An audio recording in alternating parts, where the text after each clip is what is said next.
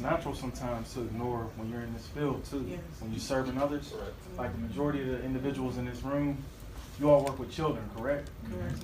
So you already know where I'm about to go. Just when you concentrate some time on other children, you might not necessarily neglect your own, because I'm not saying that. But you sometimes can carry it over into your own household, which can build up to that emotional body. Right. And I'm gonna be quiet because this is my man right now. No, man. Please. She has a great quote. She says, if you're not living in the center of your purpose, you're living in the middle of mediocrity. You know, so like for me, it's just it's non-negotiable.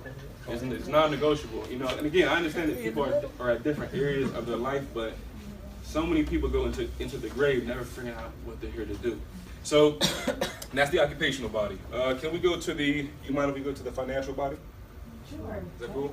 All right, so the financial body obviously is very important because another person I used to study, Bro Polite, once said, you can't really have spiritual freedom unless you have financial freedom, right? So your mind's always going to be on something. Can't have no kind of freedom if you don't have that. I kind of agree with that.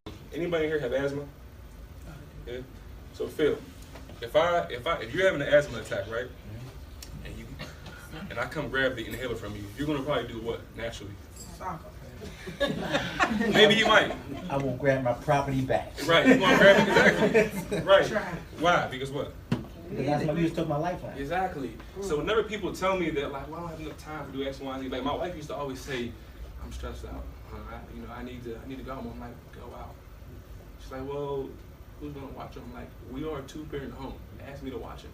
Okay, and then she makes excuses sometimes, right? I'm like, Michaela, take the time out of your day to do whatever you really have to grab your time back. I think that's non-negotiable. Non-negotiable. So now it's to the point where like she didn't took all the time. Now I'm like, hey, look, let me get a little bit of time too. You know what I mean? But seriously, like you have to grab I don't care what you have going on in your life, you have to grab some of your time back because like Phil said, that's your lifeline.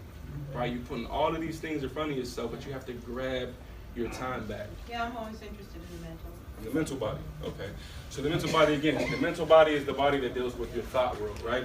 As Phil said, a lot of people really want to control things. I think that one of the underlying components of mythology is that people want to control things that they have no business trying to control, right? And because they can't control it, they have all of these psychological and emotional reactions to it that and actually physical reactions to it as well. You end up in the hospital, you end up with a psychiatrist, or you end up doing something that is not even, in the means of what you typically do.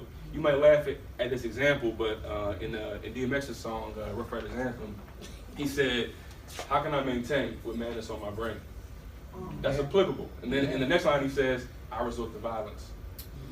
So the mental body, a lot of rappers actually do project a lot of the chaos that's going on in their mind. And one of the things that I teach in counseling is that you got to stop thinking that the thoughts that are going into your mind are always yours, right? They're just thoughts. Eckhart Tolle actually believes that if you can sit back and listen to your thoughts, that means that you're at least two separate beings. So if I can sit back and reflect, that means that I got to be at least two separate beings. There's my me and there's my I. So I explain thoughts like a hotel, right? If you go to a hotel, you're not going to be a resident there. You stay for a little bit. Some people stay longer than others, and then you leave. Thoughts are the same way. But as soon as you start to say, "Oh my gosh, I'm having this thought. Like I must be this," you're gaining. You're aligning with the thought in a negative way. Maybe it's just a thought. So for time purposes, I'm not going to finish, but I do appreciate you all for allowing me to share.